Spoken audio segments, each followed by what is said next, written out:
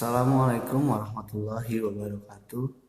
Di sini Abi akan menjelaskan tentang tematik A, subtema 2, pembelajaran 2. Tentang pembelajaran hari ini yaitu bahasa Indonesia, yaitu membuat karangan dengan mengembangkan ide pokok di setiap paragraf.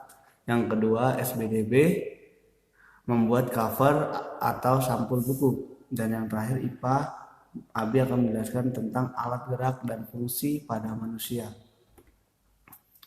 Karangan, ya. Di sini Abi akan menjelaskan tentang membuat karangan dengan mengembangkan ide pokok di setiap paragraf. Karangan itu adalah suatu karya tulis yang dibuat seseorang untuk mengungkapkan pikiran atau gagasan dan menyampaikannya kepada para pembaca. Jadi kalian ungkapkan pikiran kalian atau gagasan kalian buat dengan karangan, nanti akan membuat sebuah paragraf ya di situ. Nah, ide pokok atau gagasan pokok adalah gagasan yang mendasari terbentuknya suatu paragraf. Gagasan ini dapat kita temukan dalam kalimat utama atau kalimat pokok. Ya, itu ide pokok. Langkah-langkah untuk mengembangkan ide pokok yaitu 1.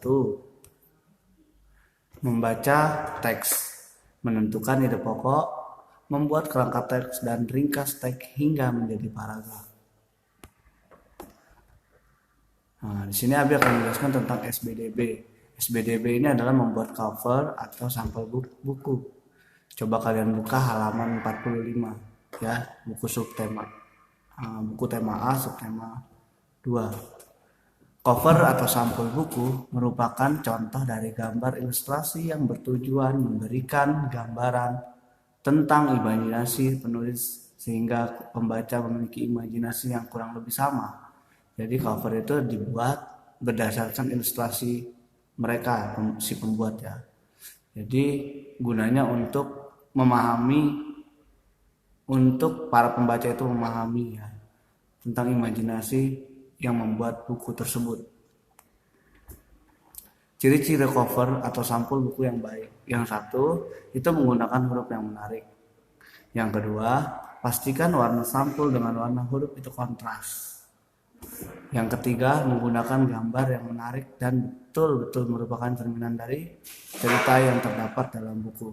4, menyertakan sinopsis pada sampul belakang. Dan yang kelima adalah ada judul, pengarang, dan nama penerbit.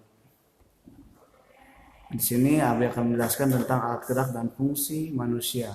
Coba kalian buka halaman 46 sampai dengan 48. Tulang-tulang yang ada pada tubuh manusia dikenal dengan rangka. Ada yang akan terjadi jika kita tidak mempunyai kerangka tubuh. Pasti kita tidak akan dapat berdiri ya. Kerangka itu adalah fungsinya untuk membuat kita terbentuk. Bahkan bentuk tubuh kita pasti tidak beraturan. Tubuh kita akan seperti karet, meliuk-liuk. Kemana kita tarik? Jadi apa fungsi rangka pada manusia ya? Nah, di sini Abi akan menjelaskan itu. Fungsi rangka manusia atau rangka tulang itu adalah 1, memberi bentuk dan menegakkan tubuh. Yang kedua adalah melindungi organ tubuh yang sangat penting. Contohnya adalah rangka pada dada, memiliki fungsi untuk melindungi paru-paru dan jantung. Rangka pada kepala itu untuk melindungi otak, bola mata, hidung, dan saluran pernafasan bagian atas. Dan yang ketiga, tempat pembentukan sel darah merah. Komponen sel-sel darah merah berasal dari rangka tubuh. Fungsi rangka ini memberikan tempat sebagai pembentukan darah merah dan darah putih. Biasanya rangka yang mampu menjadi tempat pembentukan sel-sel darah ini pada tulang pipa dan tulang paha. Yang terakhir adalah alat gerak pasif. Rangka merupakan alat gerak pasif karena sifatnya hanya sebagai tempat melekatnya otot. Agar lebih jelasnya, coba anak soleh dan soleha kalian buka halaman 46 dan 48. Terdapat gambar dan bagian-bagian rangka manusia.